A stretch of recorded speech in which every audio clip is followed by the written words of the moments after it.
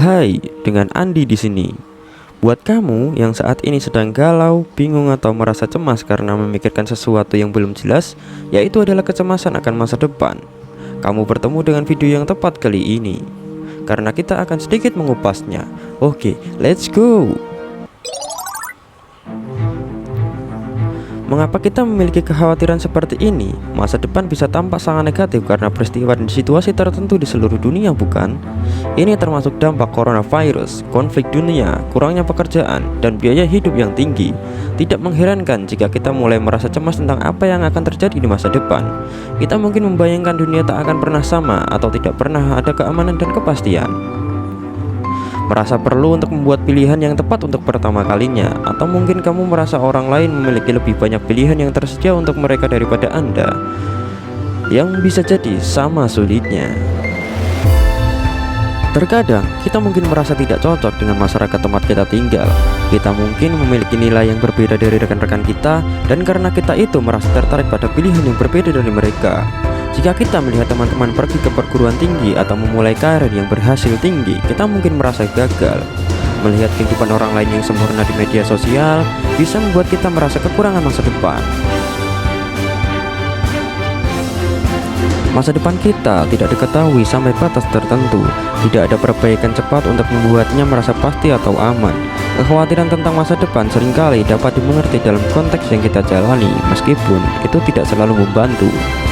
Membicarakannya dengan seseorang bisa saja. Mereka tidak perlu memiliki jawaban, tapi mengatakan hal-hal dengan keras dapat membantu memperjelas perasaan dan mengidentifikasi di mana kamu dapat memfokuskan energi.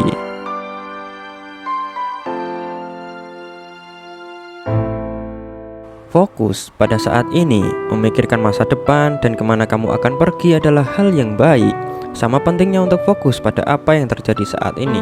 Mempraktikkan perhatian penuh dapat membantu membawa perhatian Anda ke masa kini. Waspadai permainan, kapan atau maka. Pernahkah kamu mendapati diri kamu mengatakan ketika X terjadi, maka saya akan merasakan Y. Sebagai contoh, ketika saya pindah dari rumah, maka saya akan bisa menjadi diri saya sendiri. Ketika saya mendapatkan pekerjaan yang saya inginkan, maka saya akan merasa lebih percaya diri. Dan ketika saya menjalin hubungan, maka saya akan lebih bahagia. Terus-menerus berpikir seperti ini membuat sulit untuk menikmati hidup di masa sekarang. Perhatikan saat memainkan game kapan atau maka, pisahkan hal-hal di dalam dan yang tidak dalam kendali Anda. Ada beberapa hal dalam hidup yang sedikit atau tidak bisa kita kendalikan. Misalnya, kita tidak dapat mengontrol berapa banyak poin yang diperlukan untuk masuk perguruan tinggi negeri tertentu, tapi kita bisa fokus melakukan yang terbaik di sekolah. Beri diri Anda izin untuk melakukan kesalahan. Keraguan-raguan bisa melumpuhkan. Terkadang pola pikir itu bisa mendorong kita untuk tidak bisa mengambil keputusan. Setelah keputusan itu dibuat, kita tidak memiliki cara untuk mengetahui apakah pilihan alternatif akan lebih baik atau lebih buruk. Cobalah sesuatu untuk sementara, dan jika tidak berhasil, belajarlah dari pengalaman. Kekhawatiran siapa itu? Terkadang kita dapat memikul beban harapan keluarga, sekolah, atau bahkan komunitas kita. Masyarakat kita membentuk pandangan kita tentang dunia dan apa artinya menjadi sukses. Ini dapat membentuk cara kita memandang suatu masalah atau keputusan tentang masa depan. Cara hidup ideal yang kita lihat di media sosial hampir tidak mungkin bagi kebanyakan orang.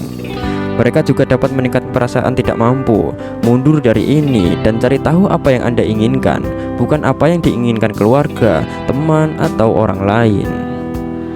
Cara berhenti mengkhawatirkan masa depan, dari mengalihkan perhatian hingga merangkul kecemasan. Billie Eilish mungkin jatuh cinta dengan masa depannya, tetapi bagi sebagian dari kita, memikirkan apa yang akan kita lakukan di masa depan. Kabar baiknya adalah mengkhawatirkan masa depan adalah hal yang wajar. Banyak orang melakukannya.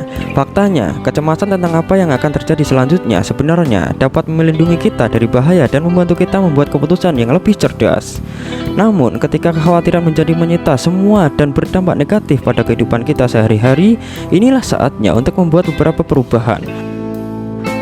Meskipun kamu mungkin tidak dapat dan mungkin tidak bijaksana untuk berhenti mengkhawatirkan masa depan sepenuhnya, kamu dapat mengurangi jumlah waktu yang dihabiskan untuk melakukannya dengan tetap pada saat ini, mengubah pola pikir, dan mendefinisikan ulang apa artinya mengendalikan situasi.